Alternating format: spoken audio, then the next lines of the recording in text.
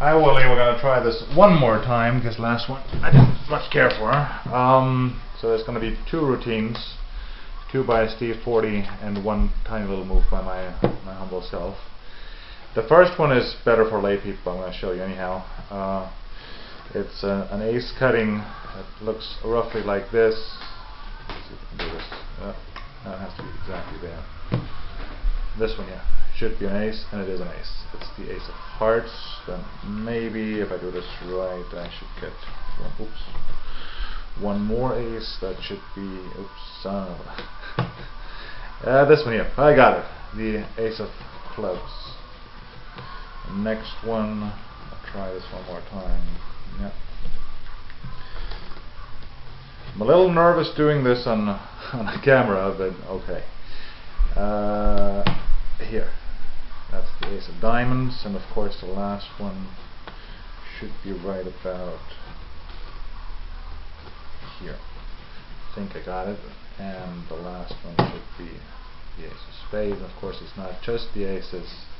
It's one royal flush, another royal flush, another royal flush, and another royal flush. That's the first routine.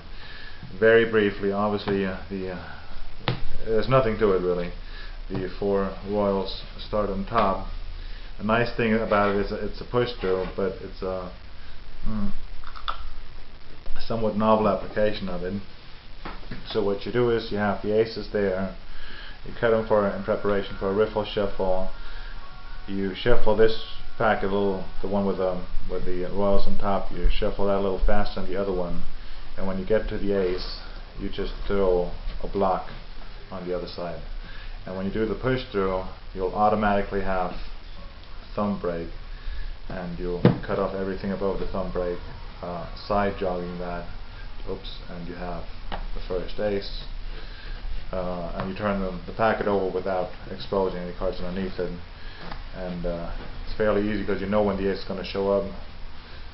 You do the push through, everything above the thumb break. The next one, you just wait until you get to the ace.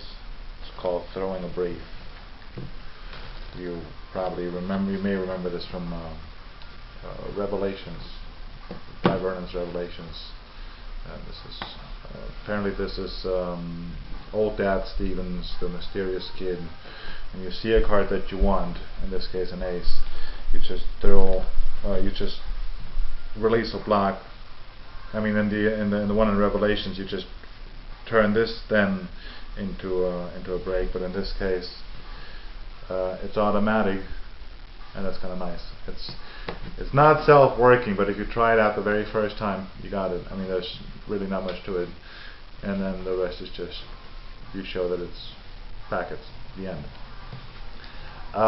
For lay people, this is very good. I think I haven't tried it yet, but I think for lay people, this is very impressive. But the one that fools magicians, I don't know if it fools you, but it certainly fooled the hell out of me, is this one. It can be done with your deck, and these are real shuffles. This is an honest shuffle. Well, mostly. And now we're going to try and cut to an ace.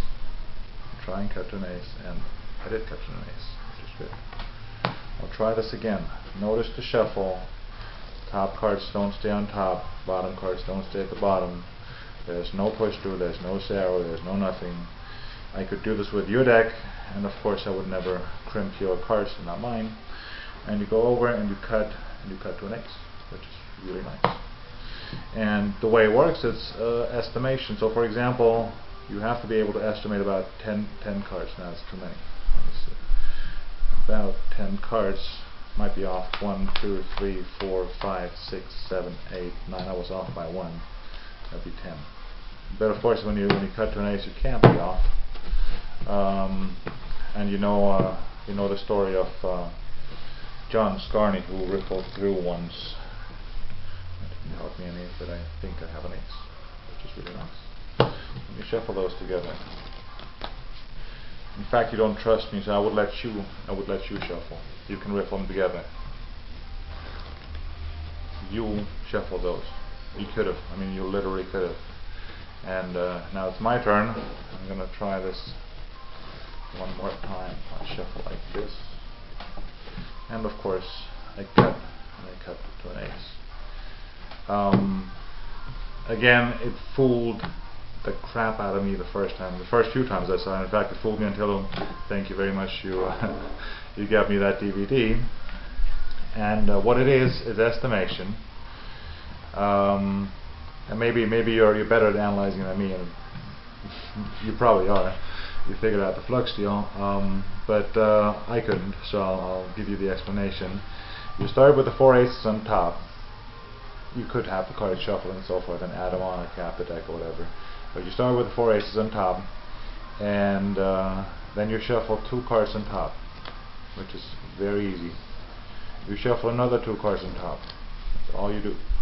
Now the aces are in position 5, 6, 7, or 8. So the first one is pretty much a freebie. You're trying to cut off 5 cards, roughly, more or less, whatever. You have 3 chances. You have 4 chances, really. The only thing you have to do is, when you take off the ace, you take it off this way because you can't expose the next card because the aces are together. You slap this back on top, and then you shuffle another 2 cards on top, and you shuffle another 2 cards on top, without disturbing the block of aces, obviously. So now the aces are in position 9, 10, or 11. So you in fact try to cut up about 10 cards. I don't know if it's exactly 10 cards, but you have 3 chances. You take the ace and you place it over here. Then you turn over the whole deck and say, yeah, well, I have to, it's estimation. And it's true, you're not actually lying. I'm going to try and cut up about 10 cards, but I think I might be off by 1. And you cut off, oops, well, whatever you think is 10 cards. I mean, you handle cards all the time anyhow, so there's just too few. Put it the other way. So you're off by 1. 1, 2, 3, 4, 5, 6, 7, 8, 9, 10. 9. Actually got it. If I had been off by 1 too few, would have been okay. If it had been off by 1 too many, would have been okay. But anyway, you have 10 cards here, and you put the rest of the deck on top, which means that your aces are now in position 19 and 20. So you now need to estimate 20 cards. You can do this. I thought it was a good idea. If you see the ace in there, I mean, you do see the ace in there, you just know roughly where it's at, and the rest is just, you try, not half, but somewhat less than half. I was wrong. Still wrong. And there's the ace. Don't look first. Now you don't know where the last ace is, and you don't want to look at it. I mean, I could see it now. So rather than looking, you shuffle the cards together, those 20 cards and the other cards, and you just glimpse the top card. If the top card is an ace, okay. If it's not an ace, you know the last ace at the bottom, and you shuttle it to the top. Vernon's, whatever thing. And then there's another idea of Vernon's, and you probably know this one, where you have the spectator shuffle, so you can shuffle. If you shuffle and you leave the top on top, well, I have to do nothing. If you shuffle the cards and you don't leave the top cards on top, you say, well, I might say, well, don't complete the shuffle. If I see it's just 1 card, I can let you complete the shuffle. But say you do something like this. I say, okay, don't complete the shuffle. If you can see it's a fair shuffle, and now I see it's 4 cards. You shuffled 4 cards on top. And now I just need to get rid of the 4 cards on top, and in the context of this routine, obviously the easiest and the best thing to do is just to do a 0 on the 4 cards. And I've talked about this before. Work this into a brief, and you have just this very tiny little brief, which is all you need. And you then cut to this card. So the last card actually comes to, I made a mistake, but anyhow, yeah. But you know what I mean. So anyhow, so you have the last ace there, and that's a really strong routine. By the way, if you do this routine, and Sal showed me this about 3 or 4 times, and every time he missed, it doesn't matter. It's okay. I mean, this is the sort of routine where a miss, if you don't miss, then that's great. But if you do miss, it doesn't hurt at all, because it just adds to the authenticity and so forth. And it's the sort of thing. It's ideal to do this for magicians. It's not. It's good for lay people, but it's even better for magicians, because a magician will. I don't. Again, I can only speak for myself, but I had no idea. But when he shuffled the cards, he would always look into the cards and whatever. And so he had the idea that he was actually tracking the cards through the shuffle. As it is, it's actually fairly simple. And the last bit that I wanted to share with you is a very simple sort of an idea. It's just an idea. I don't have a routine for it. It's just a move, but the move would be notice how I'm seeing differently.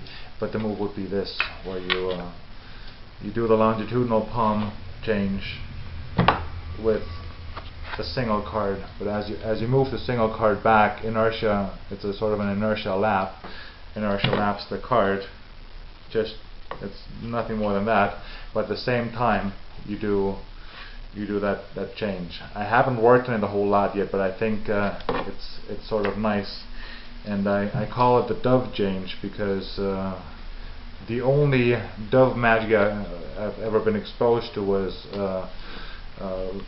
from 2,000 years ago on a tape by Shimada, and you know, when you take a handkerchief or something, silk cloth, white silk cloth, and you wind up and you drop the handkerchief into your tail code, whatever that's called, so around your tail pochette, I think they're called pochettes, and then on the upswing you release the dove from your sleeve. But the principle here, the reason why I like to think of it like the dove change, is because the principle, of course, is the exact same thing. You get rid of this one, and in other words, the change is you banish one and you produce the other at the same time. There's a number of changes like that that I like. Leonard Green has this really good one that sadly I can't do this, but he does this.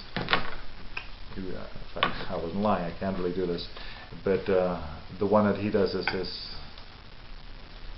Well, I'm not going to bother trying to do it, but he does his this top shot, and when he does the top shot and he comes over here, he just gets rid of this at the same time.